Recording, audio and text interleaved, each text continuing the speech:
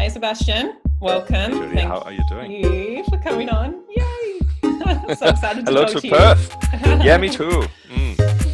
Yes, hello to Byron. So we are talking about saunas today, which is a big love of mine, and also what I recommend to many, many clients and many students and many friends. And I spend my time in a sauna up to four times a week. So love it, love it, love it, and infrared. Oh, So well done. we'll get to that in a minute. So firstly, give me a bit of a rundown of even how you got into the sauna business and where your love of saunas come from, as well as a bit of history of saunas. Sure. Very cool. Look, you might have spotted an accent, and my accent comes from Germany, northern Germany to be precise. And over there, that's actually a really common thing to do. You do incorporate your saunas definitely into your house in some way or another. In the 80s and 90s, it was almost a must to have that in your cellar, in your basement, have a sauna. That would be normally a hot rock sauna. That's what I grew up with, and would do that with my friends, even throughout the teenage years. And that's just normal. There was even not a love. It's just like, this is what you do. It's some people have this whole thing of going to the sauna after work. They often mixed actually in Germany, which is absolutely normal and no clothes. But actually, yeah, well, a lot of Europe's like that, isn't it? Because when I went skiing once there, they were like, "Oh no, you got to take your bathers off," and I was like, well, "What do you mean?" They're like, "No, you don't come in here with clothes on," and I was like, "Oh." Yeah. People are quite strict with that. In saying that, though, there's also same-sex days then where you don't do that, or same-sex saunas, and things have changed a little bit. But like definitely, when I lived in Germany, that's like 20 years ago, there was quite a bit of that going on, and yeah, good on them. It seems to work for that culture for sure. Bit different over here, and I think when I look at, I will answer your question in a moment, but when I look into where this all has come to, is like, so there used to be these public saunas, and this is what people have been doing, and there's a history to saunas that go back way thousands of years. You have the banja in Russia, you have the hammam in Turkey, you have the sweat lodges in North America, and that's thousands of years old, and have been used for many different reasons. Also, I guess mental health as well as physical health and stamina and all the rest of it. But a trend that we see is that it used to be public and it becomes more and more a private thing. Like it's part of your wellness regimes, actually having that in your private gym or so on. And I think they're more affordable. They use less electricity, and all of that has come to, there's a tradition. There's quite a young tradition than also in the modern times. And now it's something that you have in your own home. And we're lucky enough to be If you, able to actually have that in our own home, aren't we? To actually I have, know. and it's to be priced, accordingly, that it's not exuberant, that you can't actually afford it. Yeah, and you don't need installers necessarily. You can put it together yourself.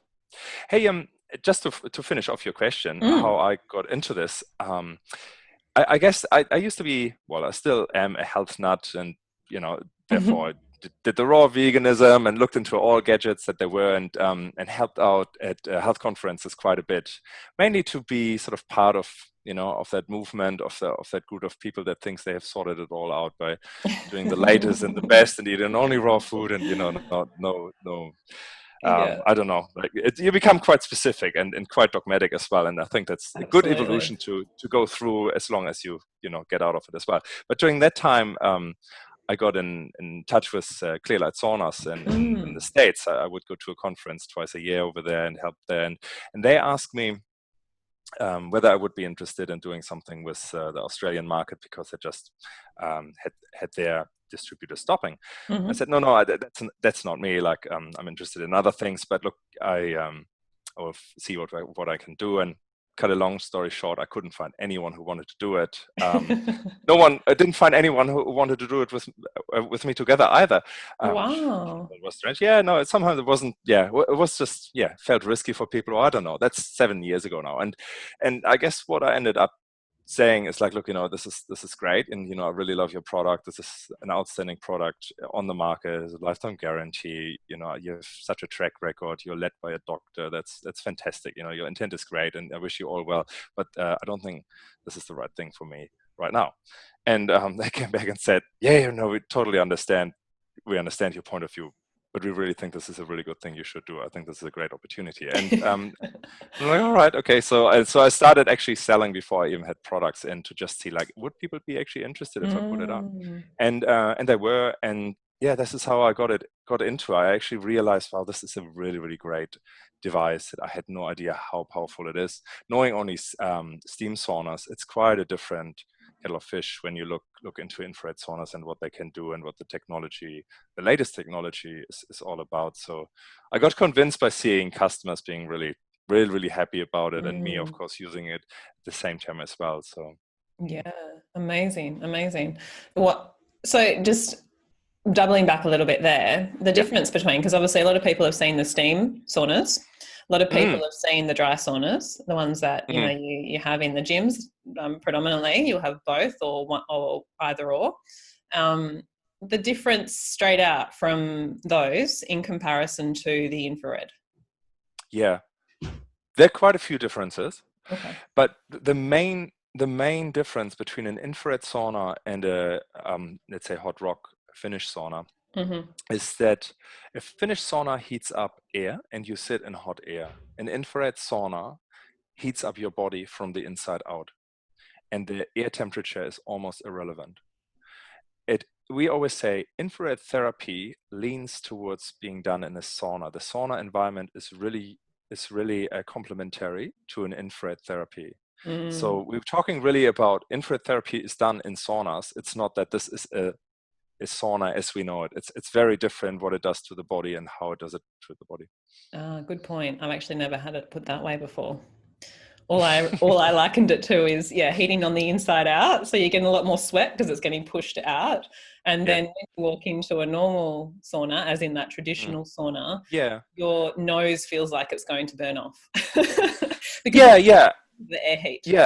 And I say this always, I say that too, like, and I say that with a lot of love, because, steam saunas have their place and they're great in many ways, but there are enough people who found it really stressful to go into such a hot environment. The degrees that you're looking at is like 80 to 90 degrees, which is like 170 degrees Fahrenheit. And you compare that to 45 to 55 degrees, which is really therapeutic in infrared sauna. You can run it higher, but even those degrees do a lot of good to you, and it just work differently.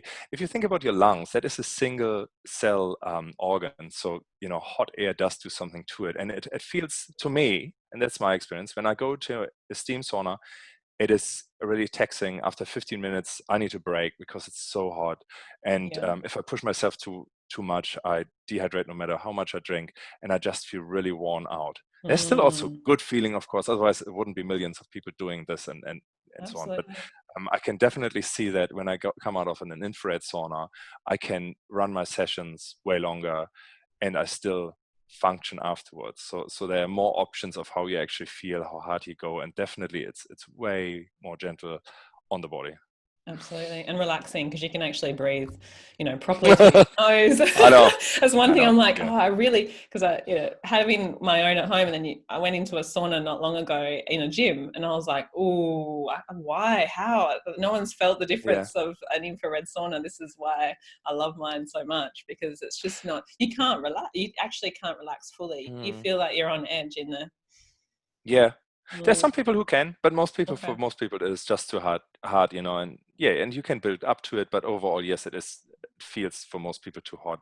But there's another aspect another difference there, and that's when you go into a really hot room like a steam sauna, you sweat, and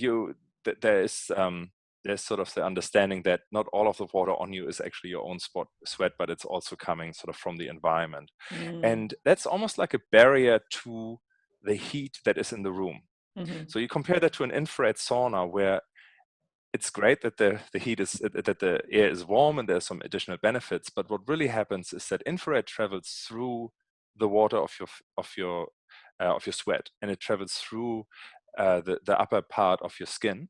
And then it heats up underneath it. It releases its energy underneath it. It releases it whenever it hits water. So it does heat up also the water, that your sweat itself, because it's the same wavelength.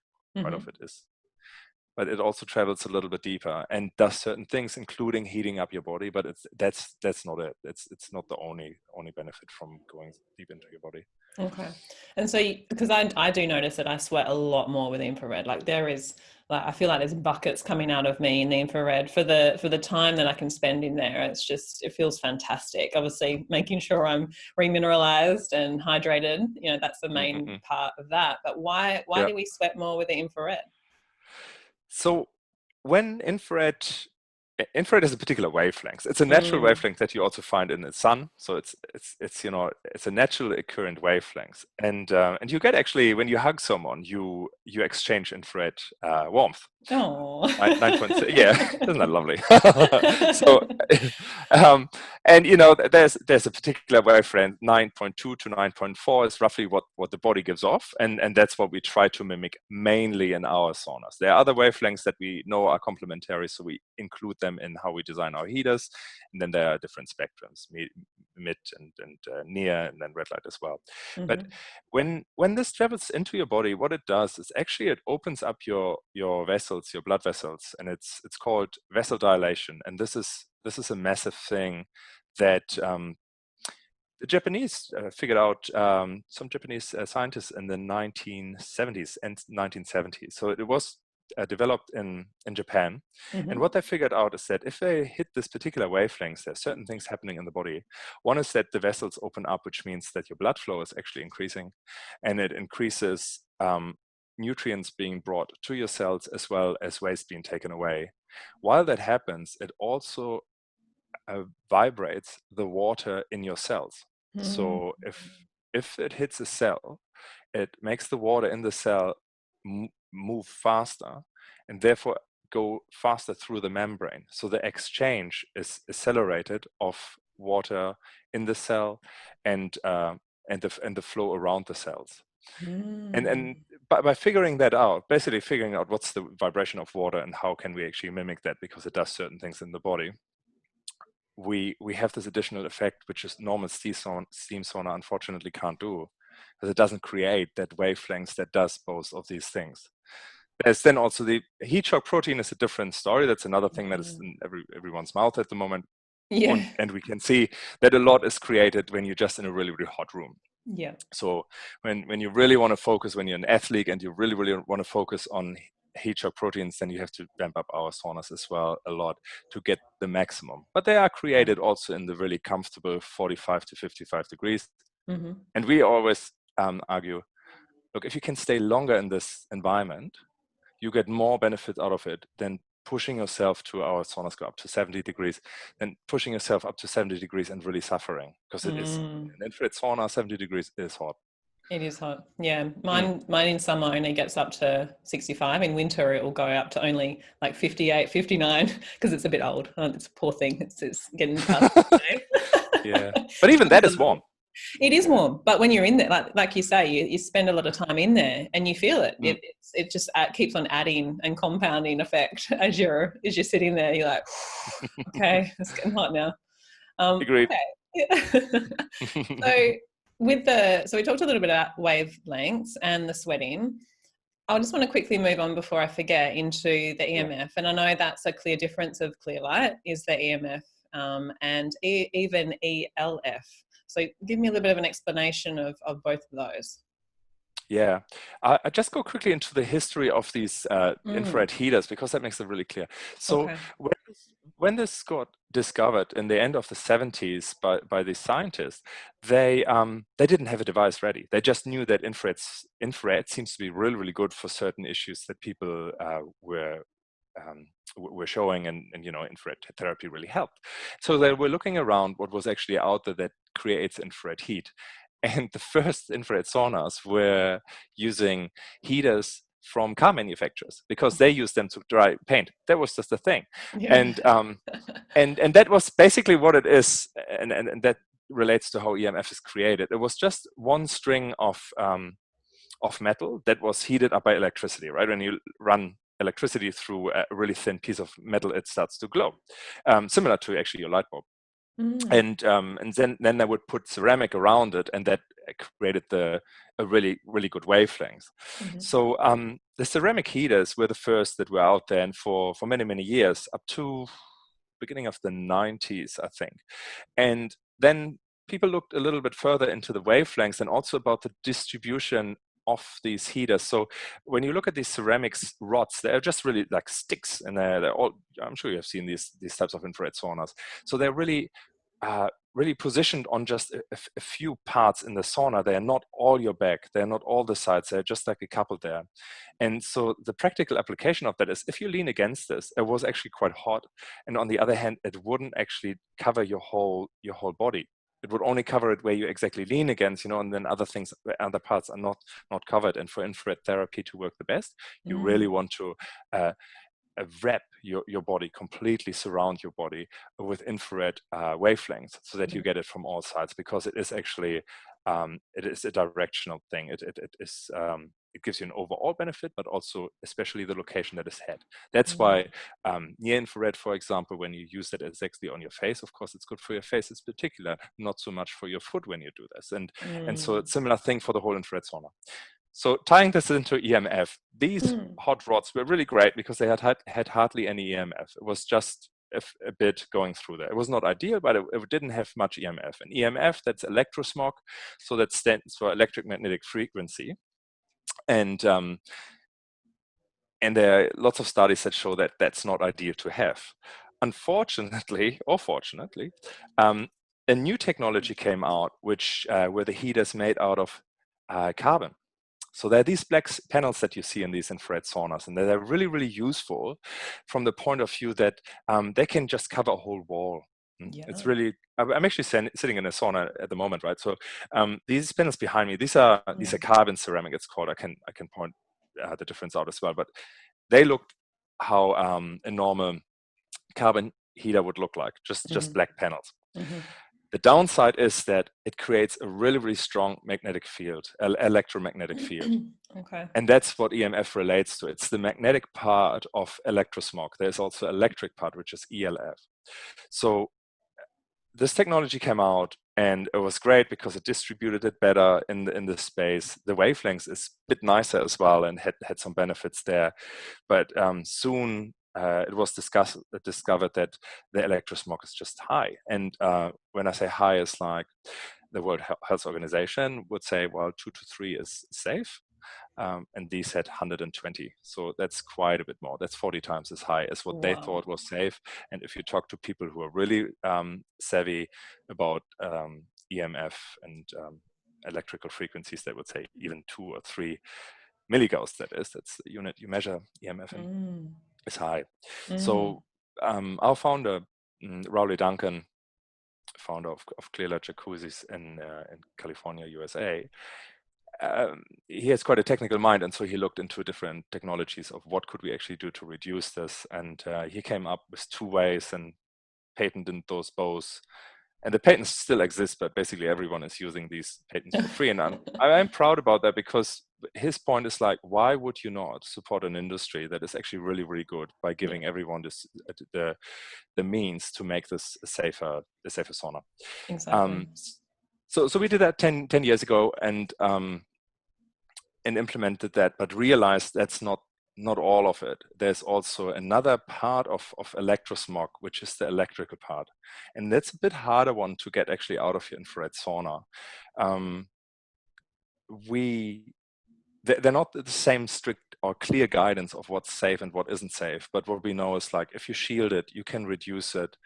So let me see, normally it's 20,000, we bring it down to 8. So that's magnitude of also 20 roughly to get it down from 20,000 to under 1,000. Okay. And the way to do that there is you have to ground basically your heaters. So you have to put a metal mesh in front of your heater and pull those electric frequencies that would normally come out, shield it, and go down. And go down. Wow. Yeah, so that's how it came, and it was unfortunate. The new heaters were so great, and then there was a problem with the 2, and we had to work through that to actually get a safe sauna happening. Okay. Yeah.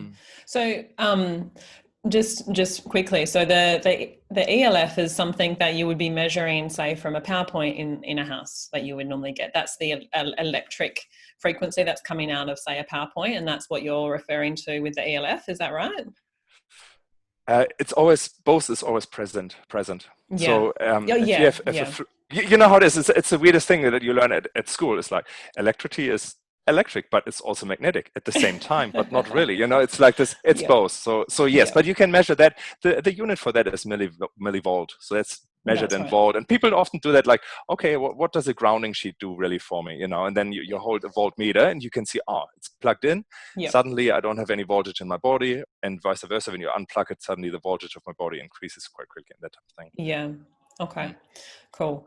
And so the technology that's in the Clearlights at the moment, obviously it's very different to what it was 10 years ago or even before that. So it's been Yeah, around for even some before. time now. Yeah. Yeah, exactly. And yeah, so we started with the normal ceramic rods, Yeah. because that's what was around, and Mm. eventually realized, oh, the wavelengths is so much better with carbon, and looked into carbon, and then realized, okay, you need to actually do something about it. We found a couple of ways to do this, Yeah. canceled it out to the degree that you can't measure it.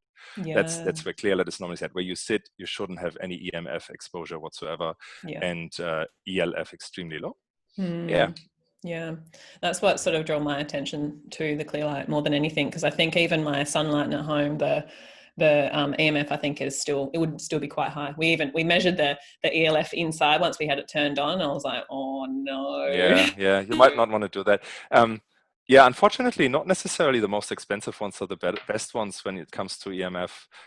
So I think there are some sunlight that are actually good with EMF. ELF is not done by many companies. I'm not aware of any other company that does ELF. Yeah. But I know that, just as a tip, if you really want the sunlight, and look, I think it's more the lower range that actually have EMF protection now. But I could be wrong. Yeah. That's as far as I know. Yeah. No, this one, I don't know how old this one is. It's about 10 years, but my next one will definitely be a Clearlight, hence my interest. Fantastic. Yeah, More for the clinic as well. So we'll get a big one. great. So, okay. So give me a bit of a run. Oh, there we go. Am I back on? Yeah.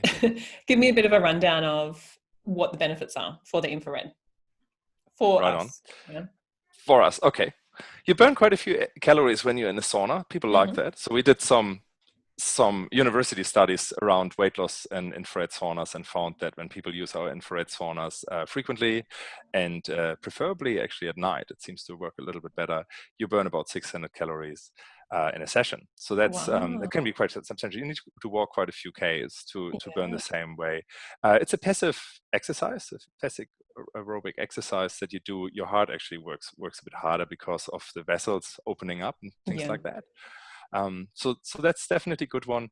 There's an overall notion that Hippocrates would say, and that's, give me a fever and I will heal any disease, any ill. And even though you don't create fever with a normal infrared sauna, although there is a trick how you could do it, and actually trick your body into a fever state that runs independently of your sauna, so you can actually, anyway, won't go there. It's quite complicated. It's called hypothermia. If you want to look it up, Absolutely. It's used in German cancer clinics, for example, really successfully to bring up white blood cells after chemo, that type of thing. So that's amazing. But that's a really extreme application. But just having the heat in the body does certain things for your body. There are many studies showing that mental health is something that is connected to heat treatments in general. Longevity is a really big one. There was a 30-year study that showed 2,000 people and how quickly they would die in comparison to not using heat treatments. So it wasn't specifically even infrared saunas. We would think that infrared sauna would put it even higher. But what we found is that, or what this study showed us, is that if you use an infrared, if a heat treatment to 3 to 4 times a week, the mortality rate went down by up to 10 years. So, cool. Heat treatments can really help with longevity. And that was really, really encouraging, just seeing, that's right, it was a 20-year study. It was 2,000 300 men, 50 years old. And we looked at, okay, after that time, if someone uses it only once a week, how many would survive for 20 years, and 58 didn't? And then you had people for 2 or 3 days a week in a heat treatment, and only 38 people died within 20 years. And then you had people who used it to 4 or more per week, 4 to 7 days a week, and only a third died. So there's a really strong correlation between heat treatments and that. And you can make up your mind what exactly it does, but it's really clear that there are a couple of different things working. And one other thing that we found is that it just relaxes the body so much. And I've talked to so many practitioners and health experts on our podcast, the Sauna Show, and what we hear over and over again is like, stress is the killer number one for people. It does so much. And I just want to point that out because it's fun, it's so valuable. Your body has 2 different states, right? Like rest and digest, and fight and flight. And when it's in the fight and flight, it will not heal to the same degree or at all, and will distribute the blood and resources into the legs to run away, going into the fight and flight state in your head as well. And the reality is, there's actually no really anything scary around you. It's just the stress at work, the stress at home, time scarcity, or just not looking after your body, and it creates a stress because it can't relax.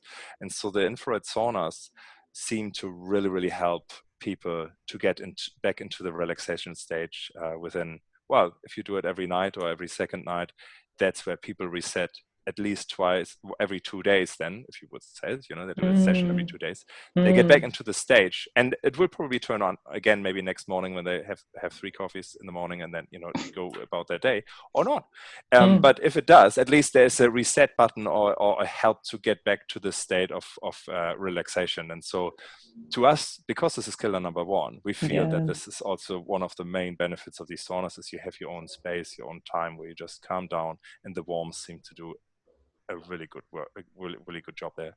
Yeah, absolutely. And I find as well, when you're in sauna, because it is getting hotter and hotter, you're quite mindful, because you're like, oh, yep, breathe. Okay, we can stay in here for a little bit. Like, oh, yeah, okay, let's do it. So you can't really think too much about everything else. And well, you can for the first 10 minutes, but after that, you go into mindfulness.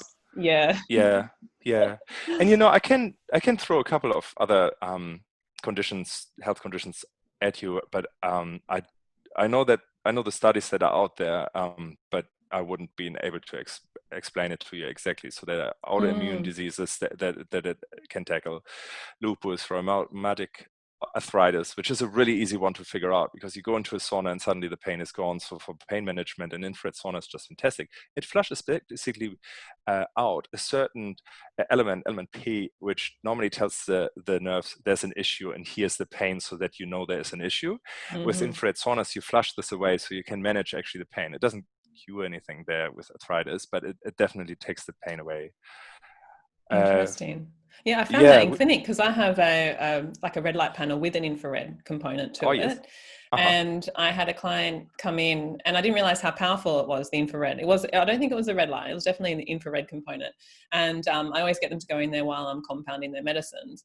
And she was sat in there. She come back in and she said, oh, I was really sore before. I couldn't even move my hand. Yeah. And she had arthritis. And then she's like, look at me now, I can move my hand. And I thought, oh, wow, that's incredible. She's like, I want one of these. Where'd you get it from? Isn't that fantastic? That's the infrared. Yeah. And it does. It takes away any pain. So especially after exercise, I find as well, is that it really helps to get rid of the DOMS and get rid of that residual soreness that you might feel afterwards. Looking at the users that first came to experience infrared saunas, there was certainly first came the people that had health issues. They wanted to try it out. They wanted to figure out whether this is something that can help them. And, when it was really tangible, like that pain was going away, these were the people that started doing that. And then other people would follow. There was also the whole detox part of side that people were really interested in. And that led also to people in the film industry, in the movie industry, to look into it. So celebrities came next to look into this because they could see that there was something happening to their skin, whether the skin detox or just got a better circulation. You would get a natural glow on when you use infrared saunas. So they were the next people that really put a spotlight off that, and that's some years ago now. And then one of the other ones that came out of the works were athletes. They could just see that they, as you said, recover so much faster. So that was another thing. What I like about who got interested in this is those are the people that saw benefit in it, you know, like it wasn't about a fad or anything like that. It was more like, well, you know, I can see it. I glow. Yeah. I want this. This is my industry. I need to look good, right? Or I need to recover quickly because I'm a sports person and I want to do that. Or I want to look after my health because I have health concerns. And it went on from there. Firefighters often use it because they can, it's quite intense, but when you have been exposed to a lot of fumes and you go into an infrared sauna, you smell them again. We had people tasting in their mouth again the cancer treatments. So chemotherapy. Wow. They said we had a woman after 20 years of chemotherapy, like she had chemo 20 years ago, survived all good, and started infrared saunas 20 years after. And she said, I haven't tasted this taste since I took the chemicals, and now I taste it again. So it stayed in the body, and infrared saunas seem to be fantastic by shaking up deep tissue deposits of certain toxins as well and bring them out. Yeah, absolutely. I've had a lot of firefighters as clients, and it's a funny thing that I've always recommended them, and many of them have actually bought their own saunas because I said the chemicals, because when I test some of their hair mineral analyses or when I look at the heavy metal components that are in there, oh boy, it's scary to see some of those firefighters. So a lot of them have actually gotten their own saunas in their houses and use them on a daily basis, for prevention, because their mortality rates are really, really bad for firefighters, which is not good. Oh, really? Because of the exposures. Yeah. But yeah, with that shaking up, I'll come back to that now, because a lot of people, so there's different opinions, and I want to get your opinion on it. So when I look at heavy metal detox, so when you look at the literature, there's a lot of it says that, well, there's only a small portion that comes out through the sweat. And I agree. But I think it's more down to the fact that, like you said before, it's the shaking, it's the mixing up, and it's the pushing out, whether it's the own body's metabolism and detoxification going through, like the liver, for example. It's not only just coming out through the skin, it's shaking it up so it can get through the body. Would you agree?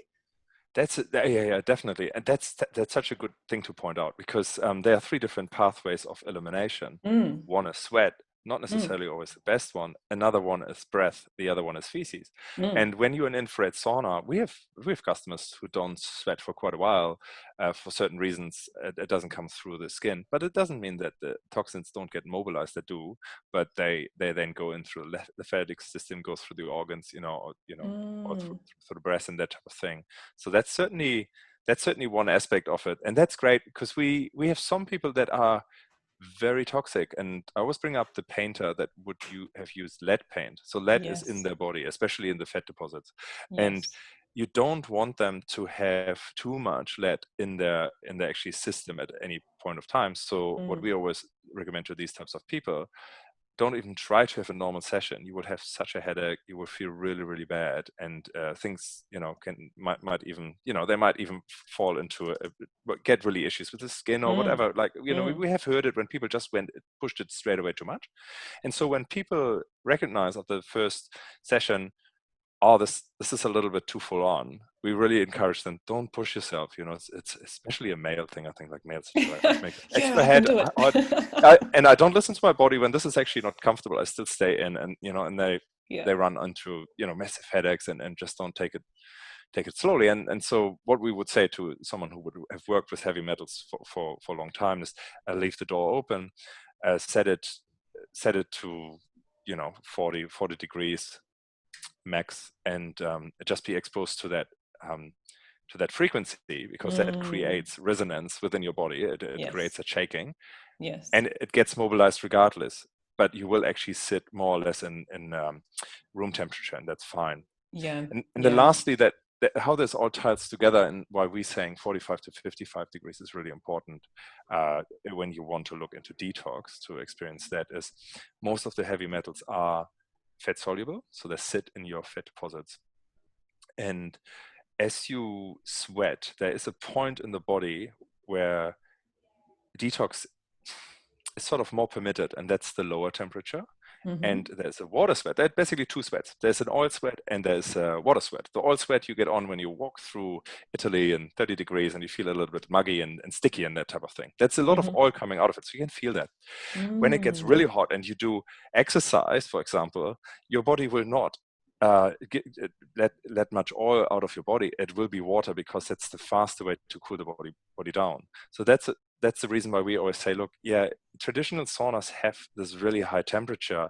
And if you want to focus especially on detox, there are more toxins in oil. Therefore, an oil sweat is preferred. And that happens between 45 and 55 degrees. And to us, that's like 55 degrees in an infrared sauna, to me, is extremely hot anyway. So I'm happy with it.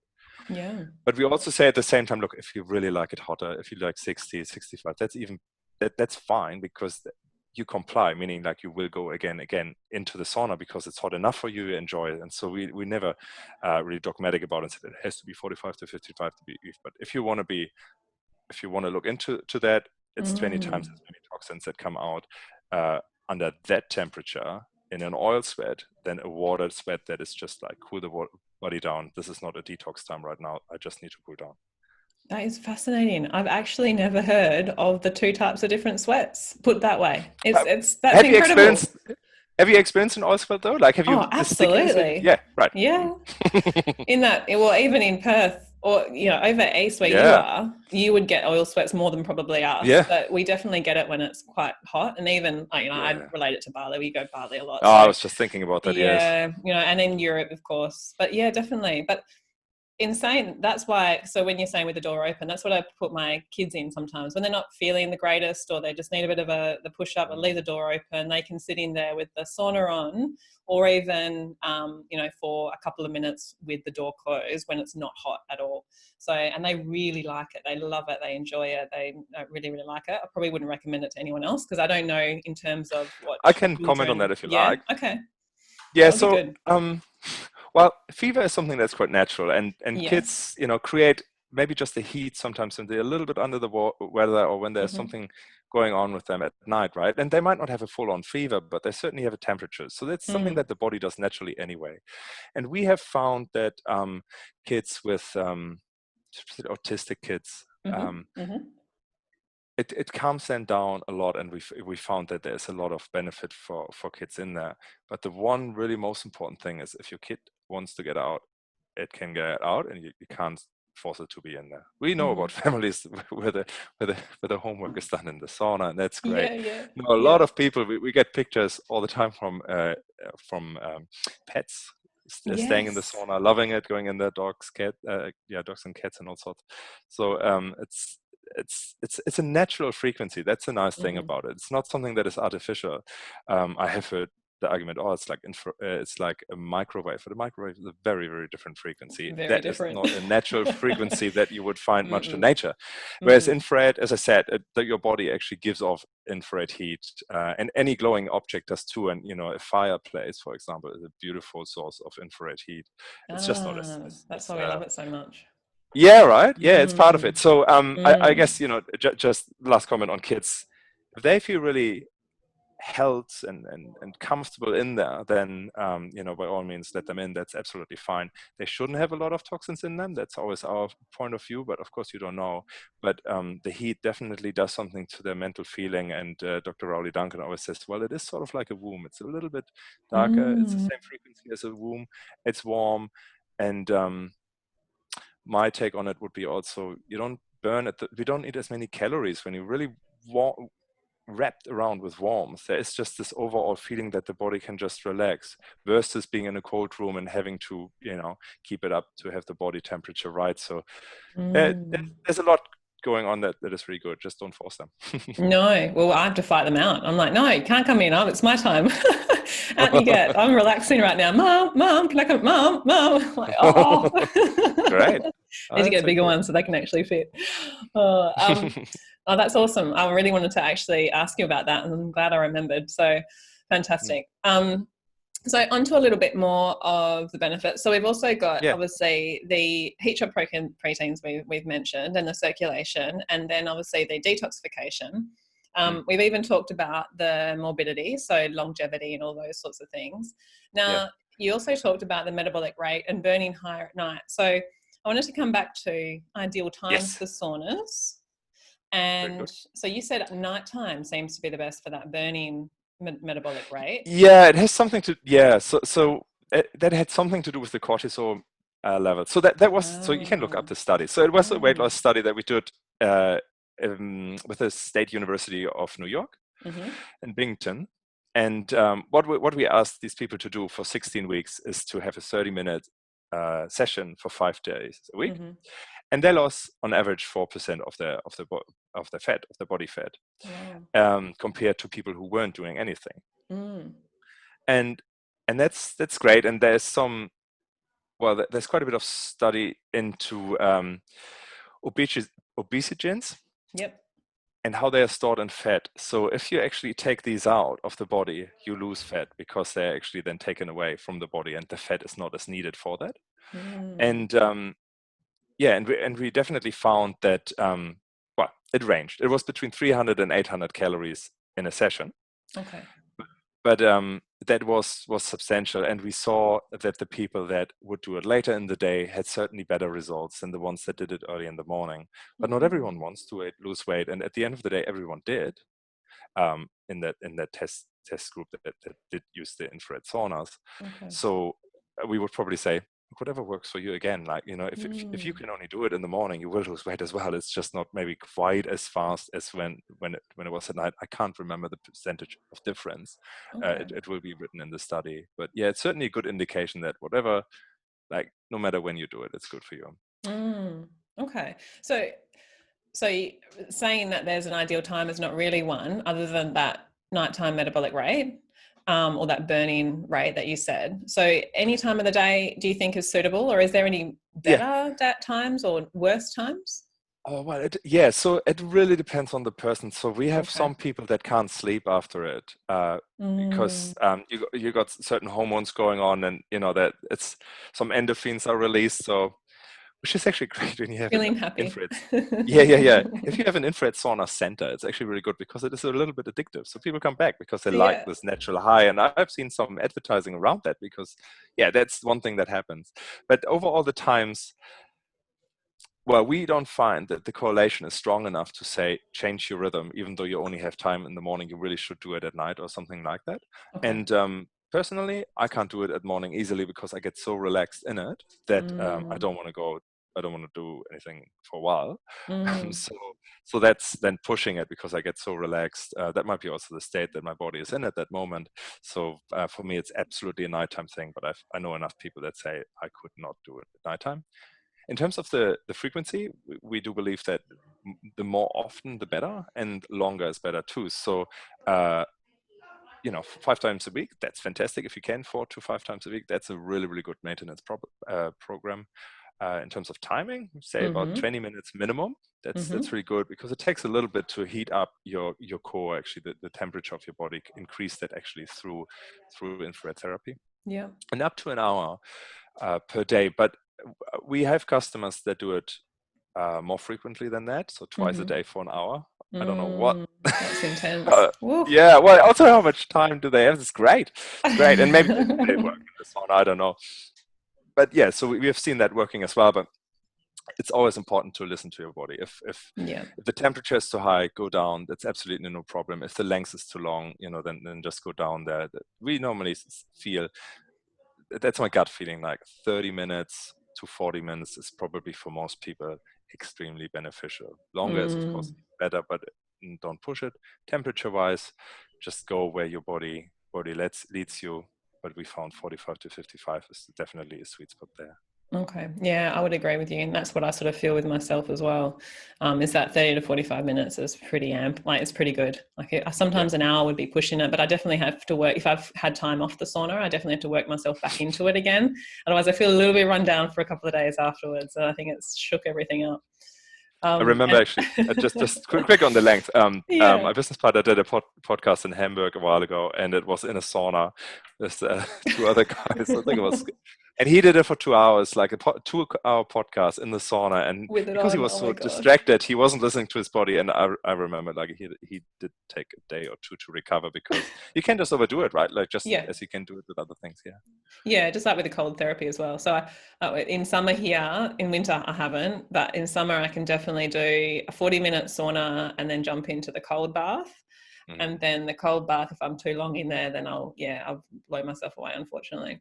But what I what I do in winter though is I find, I'm not sure if this is what other people would do, but I do a bit of a workout. So, like a 40 to an hour minute, an hour or 60-minute workout. And then I hop into the sauna after when I'm a little bit more warm. And I find that I get better benefit out of that because I'm already heated a little bit more, and then I sweat quicker.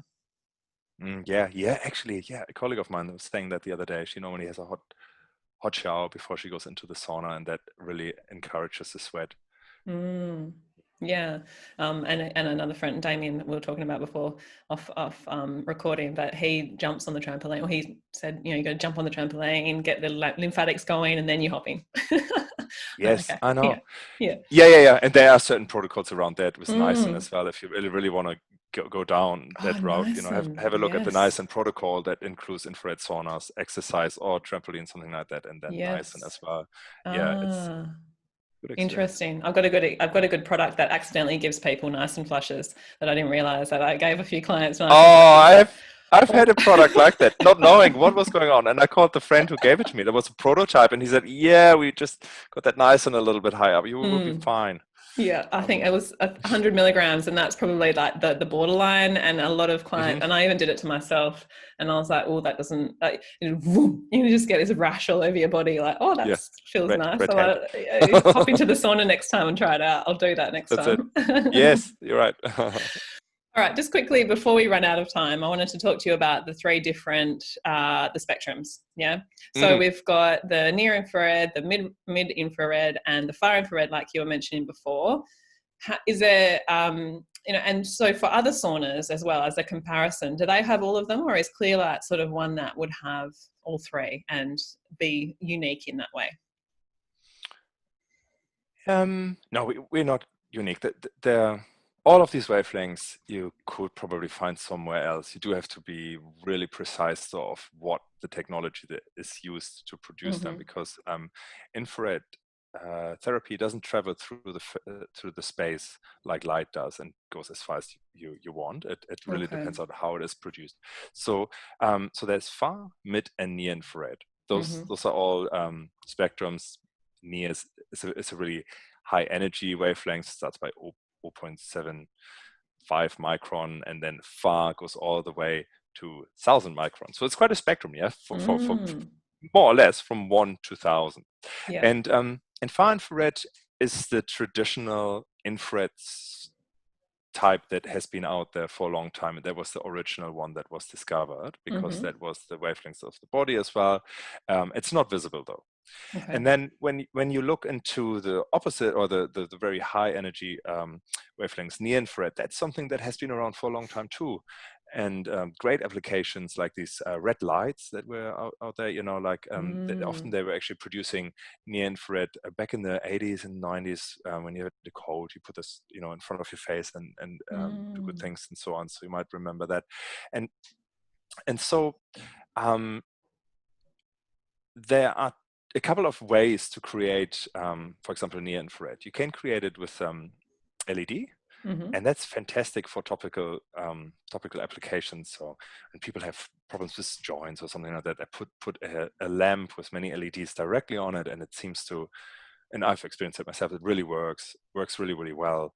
The Mm. downside of LEDs is that if you put it too far away from you, and that's like 30 to 50 centimeters away from you, there's nothing much coming. Right. And So that's not a technology that works in an infrared sauna. Mm-hmm. And there are companies out there, including Sunlight, that uses it, where we would question, so how does this actually work? Because we wouldn't be able to measure that there's anything coming to the body unless you really lean against the source, which is hard to find.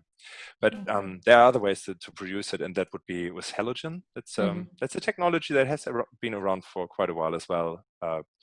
And Philips, the light bulb manufacturer, they are the leaders in producing extremely good far, mid, and near light bulbs that create all of that. Mm-hmm. So when you ask what technology do we use, our bread and butter is still far infrared. That's on 3 sides normally what you find, and then from the front we come with a full spectrum light created by halogen. Because it includes mid and near, these are really, they have more energy in them. So these are actually really, really hot heaters. So it's quite good actually to put them further away. Because it's created by halogen, it travels far enough to you. That's all very well. I could not imagine building a sauna with full spectrum all around you easily. Like that would be very, very, very hot. It has a lot of, lot to it. And just, you might also want to know sort of what are the different benefits of these. So far infrared, I think we covered quite well. When it comes to mid and near, so these are frequencies that don't get stopped by water, because they're not the frequencies. They bypass water, and that means that it actually travels further into your body.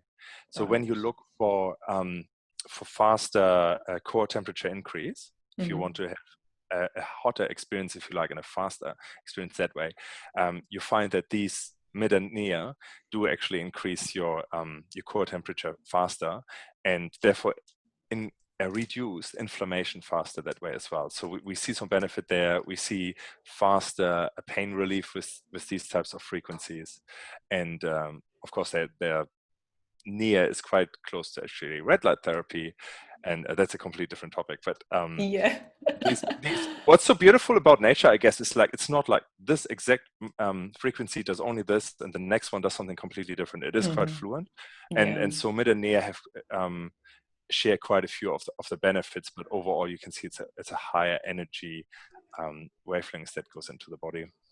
Okay. Interesting. So cool. It's got everything there. And definitely red light's another topic. And I think red light, and then, well, you have the red light in the sauna there, don't you, though? Like you guys. So you can attach that to your door.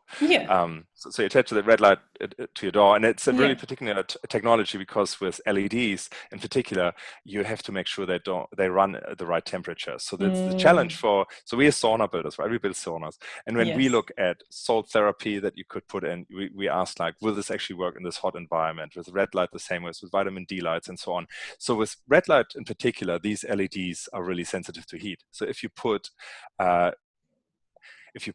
LEDs into this environment, the wavelengths will change. So you need to make sure that you cool it down properly, so that you actually get the ones that is meant to do. So, and it's still a young industry when you look at it. I think we will probably come up with something way better that we have at the moment. But we can see that what we came up, which is a mixture out of red light and near infrared that you mount onto your door.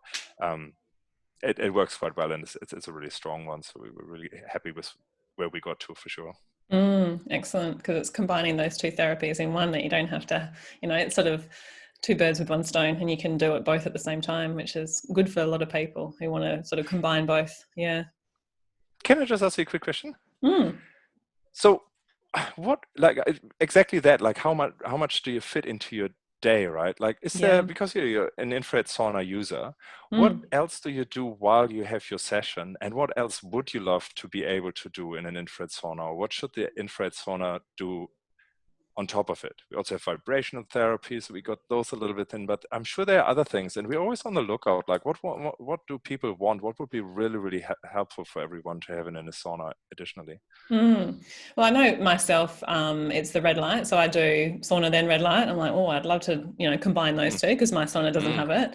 My sauna is also not big enough for me to be able to do many stretches and things like that, but I know there are. So that would be also like the exercise component, or stretching, or, doing, strength work inside the sauna. That's also probably a bonus for a lot of people.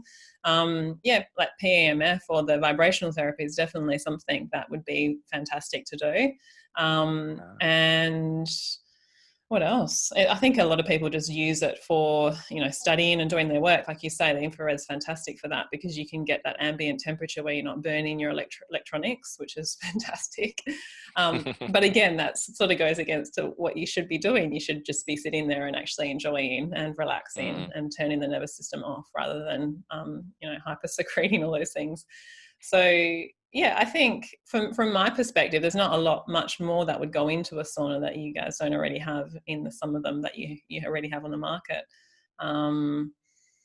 Yeah, I guess the spectrums of light are out there as well. You can turn the different spectrums on or the different colors as well. So you've got the color therapies even, and that's pretty good. Yeah, so I guess it's not too much more. I don't know if what else is on the cards for you guys. Are you looking at now? Yeah, we look at different things. Like the PEMF is certainly something that we've looked into how to incorporate that. Vitamin D, we had a couple of roadblocks there, so we haven't released that yet. But we like the idea of while you be in a sauna, you also get your vitamin D fix. So that it needs to. We have a prototype, but we haven't been able to release that one the way we want to, because we have to be careful not to make it too strong. And yeah, there are certain challenges that we're still working on. Yeah. I wonder if you could ever combine might sound weird, but a hyperbaric with the sauna. So you have I know. Yes. I think oxygen's too volatile.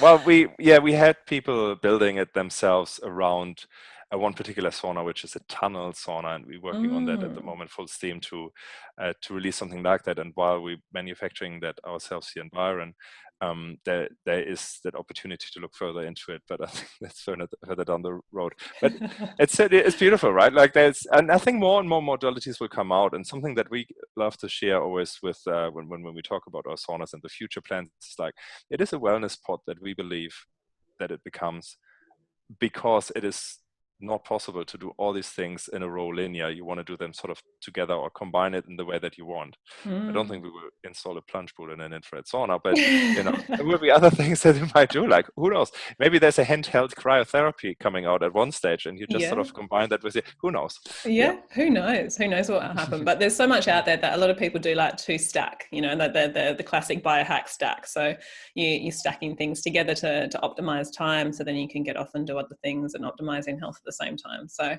I'm sure there's lots more on the cards for many different technologies as well, which is super exciting, like you say, super exciting. Yeah. I do have one thing that I'm really passionate about, and it's one of those things when I know the infrared industry pretty well, and there are not many factories that create most of the brands saunas, and that's all well. It's okay. Many brands coming out of a couple of factories. There's one problem with very low priced saunas. You talked about the EMF, but that's not a must. It's just something one needs to check and what needs to measure really on an infrared sauna, what the EMF is about. This I've seen companies just sending out certificates, and they were actually our certificates, and that's like, oh my goodness. EMF.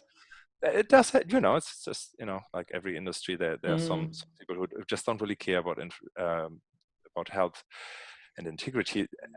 So that you certainly can check. The other thing is the components that are used, and we're really passionate about using food grade glues. We use glues, but they are food grade. You can eat them, and the massive one, and you sort of sense that when you go in such an infrared saunas, and there are many around like that.